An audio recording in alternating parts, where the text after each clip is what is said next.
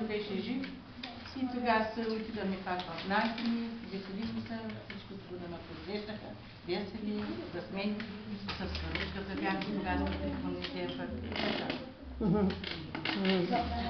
Денче, ти имаш ли спомен?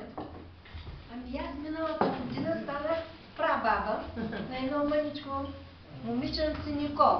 Да е живо и здраво. Да е живо и здраво и посланието, което му дадах на него, да расте живо и здраво, да обича род и родина и никога да не мисли за чужбина.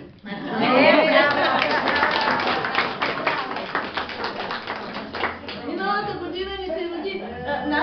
За съжаление, нашите внучета и правнучета не са всичките в България. Ето, Розалин е в Париж ли е? Така. Малкият Ванко е в Палма де Майорка. Не ли? Ти ще споделиш ли?